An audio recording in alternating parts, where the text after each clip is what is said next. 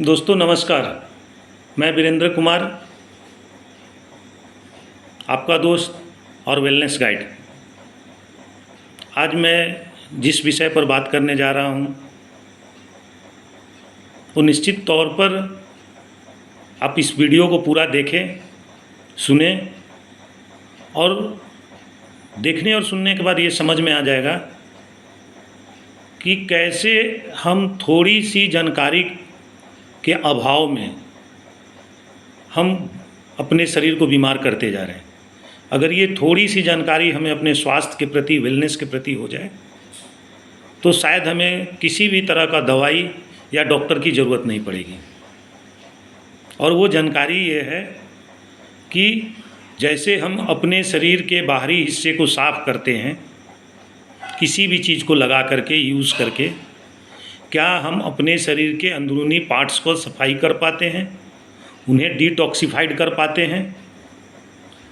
शायद बहुत सारे लोग ये जानते भी नहीं हैं कि हम अपने अंदरूनी शरीर को डिटॉक्सिफाइड कैसे करें, शरीर की सफाई कैसे करें।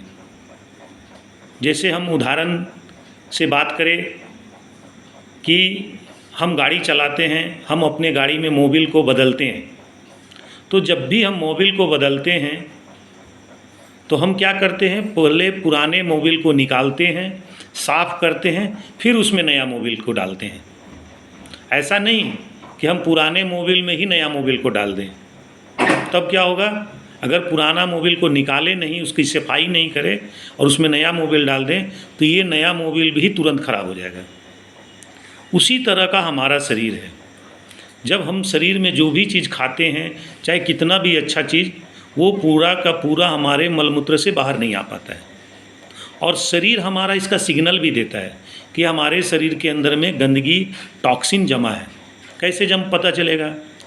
जैसे हमारे शरीर से पसीना निकलता है, हम मलमूत्र का त्याग करते हैं, अगर इसके अंदर में बहुत बदबू आता है, हमारे पसीने में, हमारे मलमूत्र में, हमारे मुंह से बोलने के समय मुंह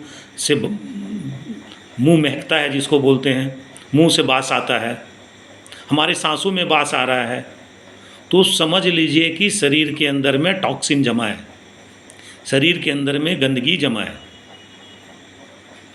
तो उस स्थिति में हमें क्या करना चाहिए?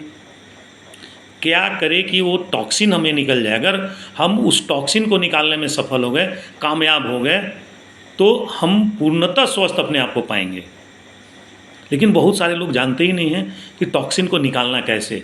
हम जानते हैं कि केवल अच्छा खाते रहेंगे हम स्वस्थ रहेंगे। निश्चित तौर पर अच्छे चीज़ों का सेवन करेंगे तो हमारा शरीर स्वस्थ रहेगा, लेकिन जो अच्छे चीज़ खाते हैं वो सभी के सभी हमारे मलमूत्र से या पसीने से बाहर नहीं आ पाते हैं। बहुत सारा चीज़ है जो हमारे हाथों में चिपका रह जाता है, और जब वो हाथ में चिपका रहेगा तो धीरे धीरे हमारे इस शरीर में कई तरह का बीमारियां पैदा होने लगेगी। और फिर हमारा मल मूत्र, मुंह से वास, पसीने से, हमारा नाक से जो सांस लेते हैं, वो सब में अलग तरह का स्मेल आना शुरू होगा। तो समझ जाइए कि शरीर में टॉक्सिन भर रहा है।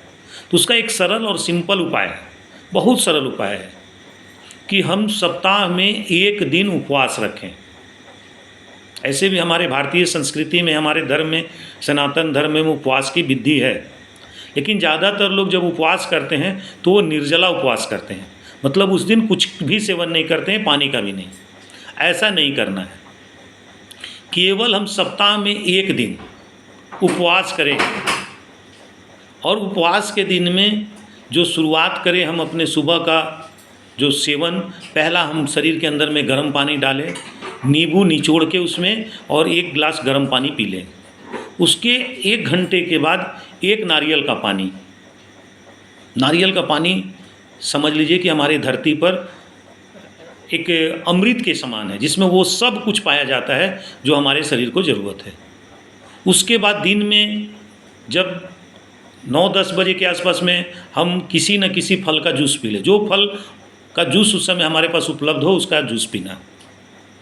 मतलब हमको उस दिन अनाज का त्याग करना है, किसी भी तरह का अनाज का सेवन नहीं करना है, और केवल लिक्विड मात्रा में लेना है। उसके बाद दोपहर में हम छाछ ले सकते हैं।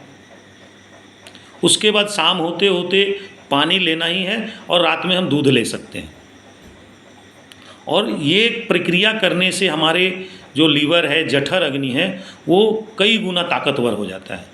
और वो जब पसीना निकलेगा, हमारा मल मूत्र निकलेगा, तो जितना टॉक्सिन आंत में जमा होगा, जो गंदगी हमारे आंत में सटा हुआ होगा, जिसके कारण हमारा पसीना महक रहा है, हमारे मल मूत्र में बदबू आ रही है, वो आप महसूस करेंगे कि जब 3-4 सप्ताह 5 सप्ताह आप इसको करते चले जाएंगे, तो आप महसूस करेंगे कि धीरे धीरे हमारा एनर्जी लेवल बढ़ रहा है और हमारे जो शरीर से टॉक्सिन निकल रहा है उसमें अब गंदगी नहीं आ रहा है, उसमें अब स्मेल नहीं आ रहा है।